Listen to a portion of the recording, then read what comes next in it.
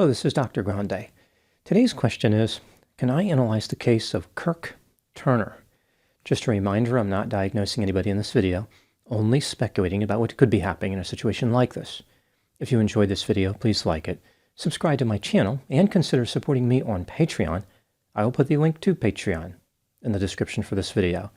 First, I'll look at the background of this case, move to the timeline of the incident, then offer my analysis. Kirk Allen Turner was born in July 1957 and lived in Upland, California. He became romantically involved with a divorced dental hygienist from Burbank named Jennifer.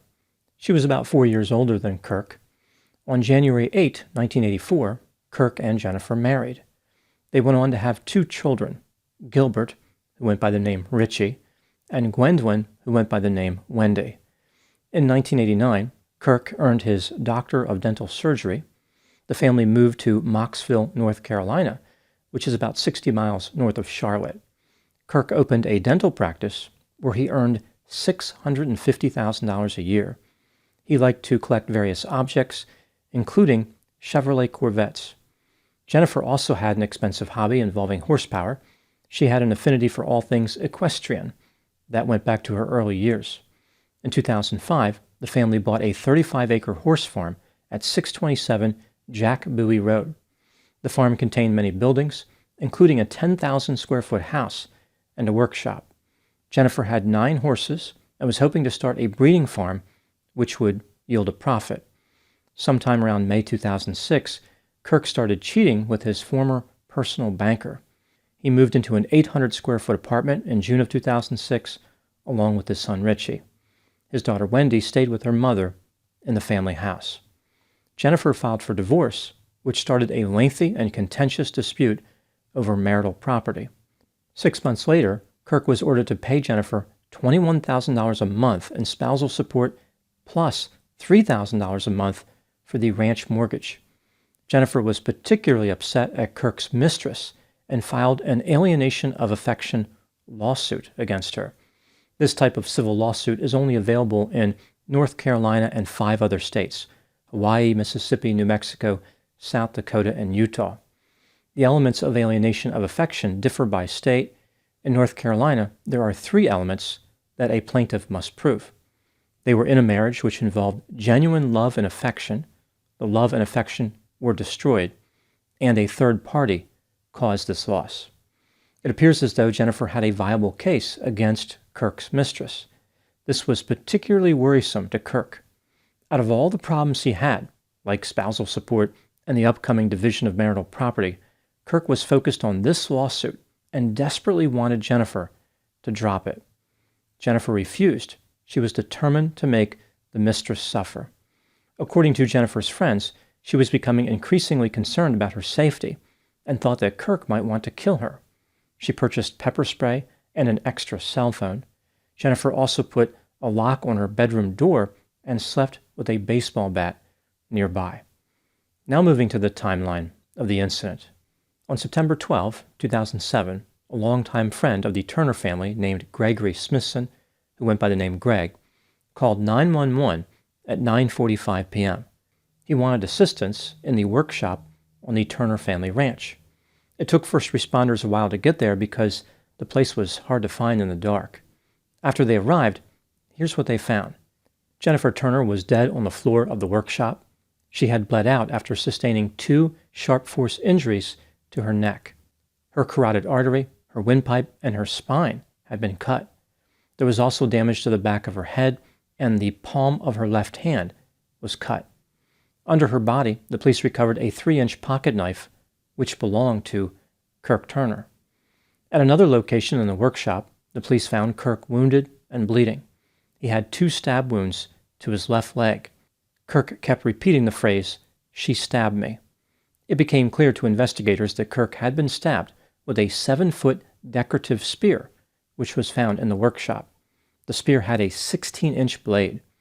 The injuries that Kirk sustained went all the way through his leg, so a substantial amount of force was applied to the spear. Kirk was taken to a hospital, treated, and released 6 days later.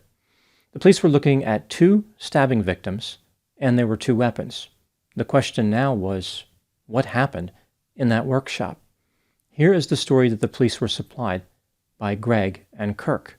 Greg had contacted Jennifer about a month earlier and asked if he could come by the ranch and retrieve some of his belongings. He had lived on the property years ago when he was going through a divorce and stored some of his belongings there. When Greg arrived on September 12 in the evening, he went to the front door of the Turner family house and told Jennifer that Kirk was with him. According to Greg, Jennifer was fine with this. They all went to the workshop where Jennifer helped the two men move various items into Greg's truck. At some point during this process, Greg heard Kirk and Jennifer having a conversation. He specifically heard the words sex and reconciliation and realized this was a conversation of a personal nature. Greg carried a welder to his truck, leaving Kirk and Jennifer in the workshop by themselves. Kirk said that when he was alone with Jennifer in the workshop, he gave her 2 documents to review. Both were connected to the ongoing divorce. One document was to force the sale of the ranch.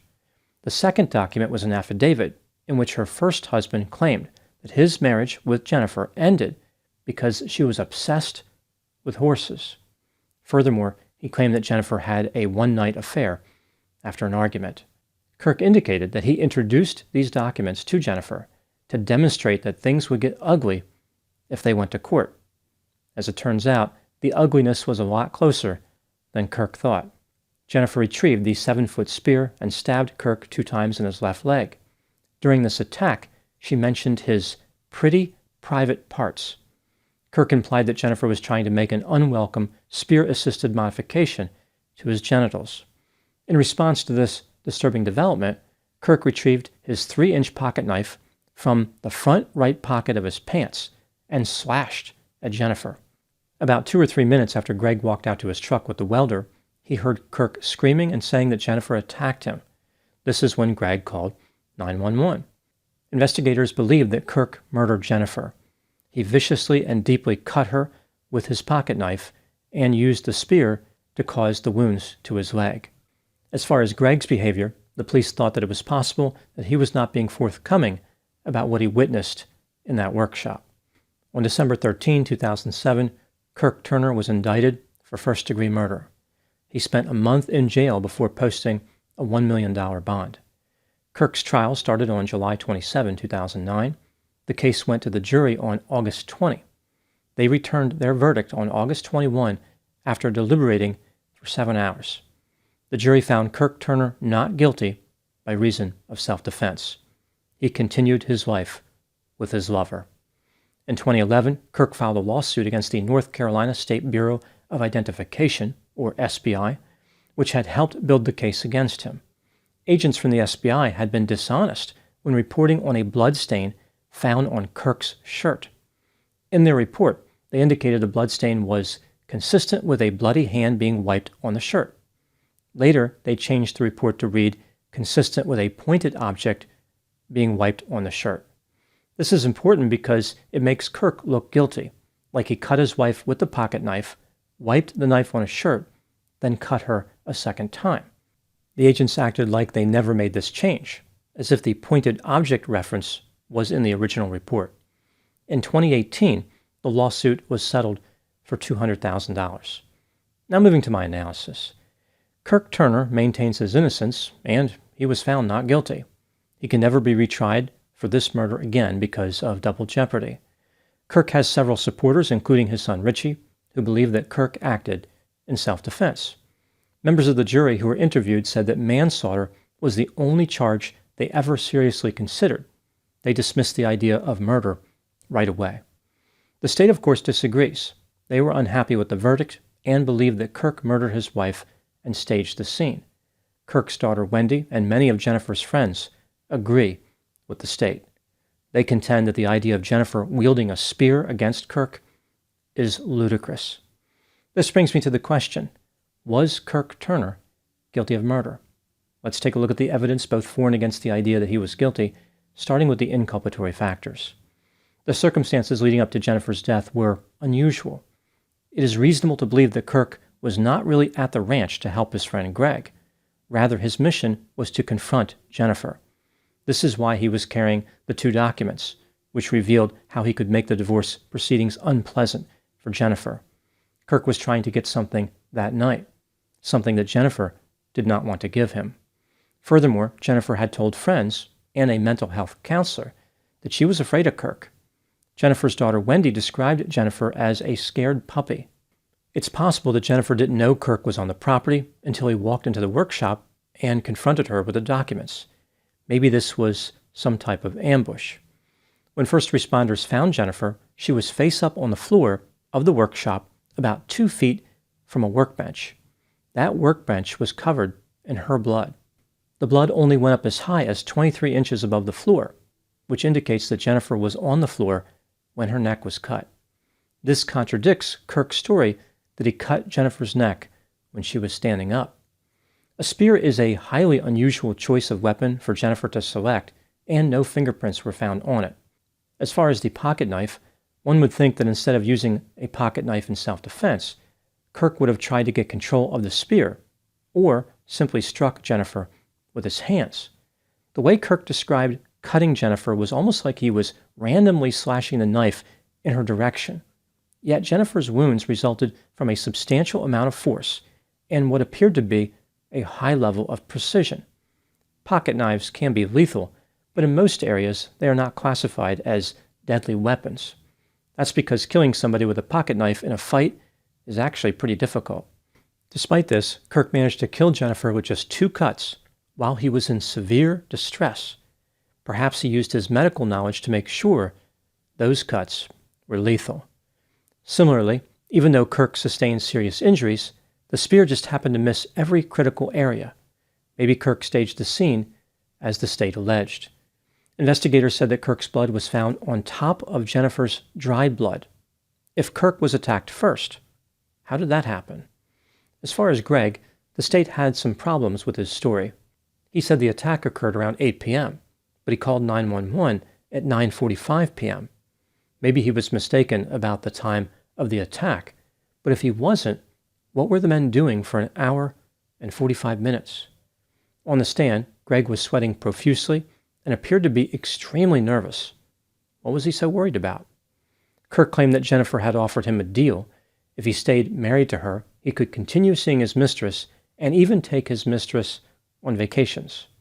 This is a fantastical claim, which is almost impossible to believe. Kirk had told Jennifer that there was more than one way to end a marriage.